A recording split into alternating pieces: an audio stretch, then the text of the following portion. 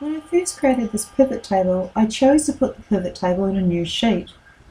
But afterwards I might decide that I don't want this pivot table in its own sheet. I may wish it to be on a sheet with other pivot tables, or even on a sheet with the source data. If you wish to move your pivot table at any time, simply click on the pivot table, and on the Pivot Table Tools Analyze tab in the ribbon, you have a button in the Actions group called Move Pivot Table.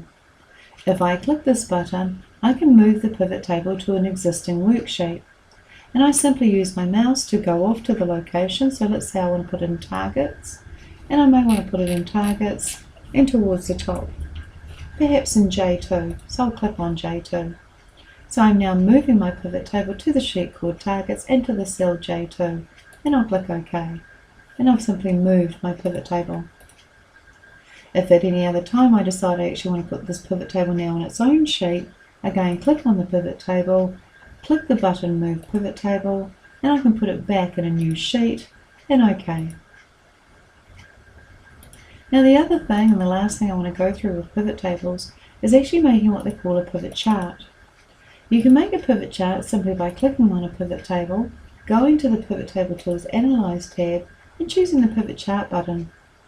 If I click this button, I'll be presented with a gallery of chart styles, and it's simply a matter of choosing which chart style I'd like. I'm just going to go with column, and OK. I can move the chart using this mouse pointer to wherever I feel is most suited. I can also resize the chart by just placing my mouse on any of the placeholders in the corners or on the side of the chart and dragging. So I'll make this chart larger. Now the beauty of a pivot table chart is that it actually has the ability to easily be filtered.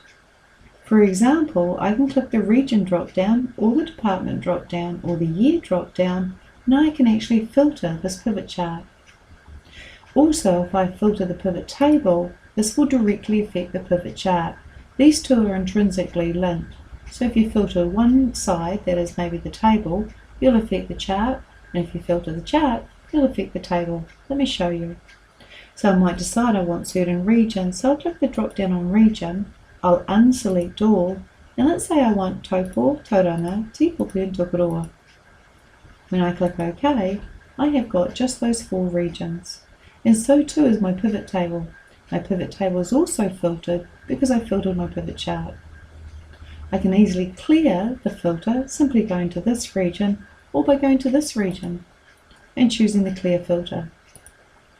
And I'm back to seeing all my regions and my pivot chart is affected. So you can filter by any of these particular fields shown here.